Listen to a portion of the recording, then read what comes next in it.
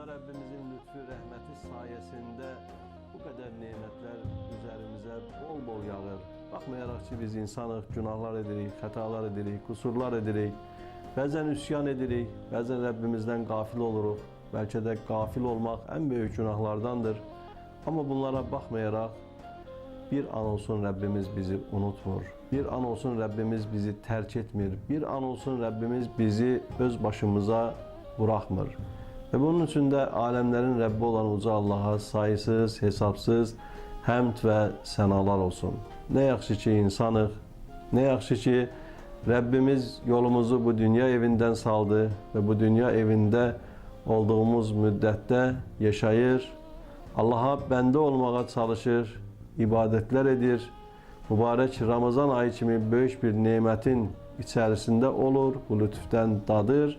Sonda ise ilahi rahmet ve lütf sayesinde yaxşı əməllərə sahip olarak Allah'ın cennetine doğru üst tutmuş olur insanlar.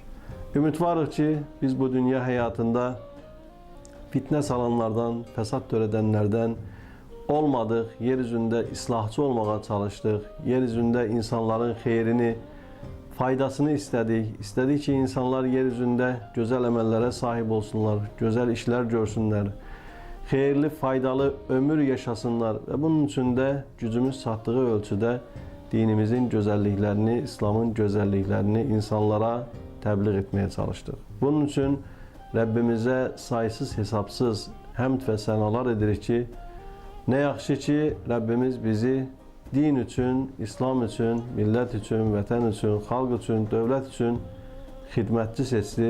Biz bu dövlətə, bu millətə, bu vətənə, bu xalqa xidmət edirik. Xidmət kimi bir nemətlə şərəflənmişik və Allah'tan arzumuz budur ki, ömrümüzün son nəfəsinə qədər bizi bir an olsun xidmətdən ayrı salmasın. İnsanlığa faydalı olmaqdan ayrı salmasın.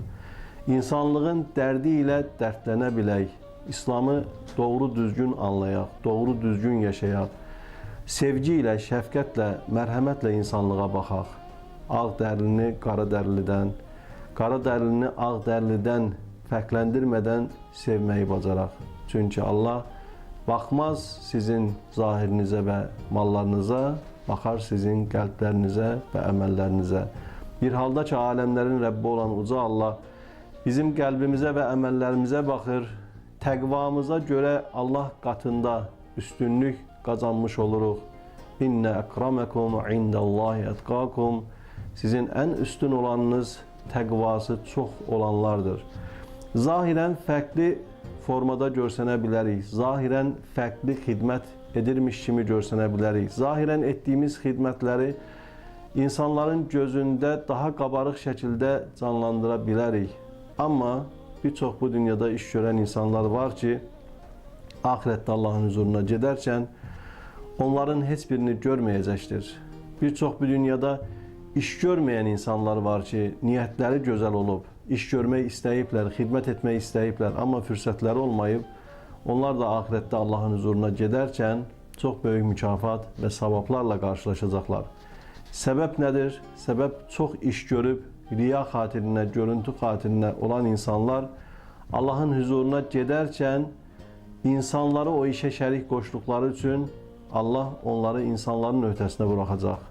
Ama niyetinde halis olup, ihlaslı olup, birçok işler görmək arzusu olup, məsələn, düşüncəsində olub ki, Allah'ım kaş ki var dövlətim olaydı, Allah'ım sənin yeryüzünde bir beytini inşa ederdim, bir məscid tikdirərdim, yoksullara, fəqirlərə yardım ederdim.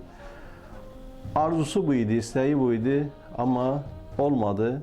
Olmadığı üçün də mütləq mənada Allah ona ahirette savabını verər.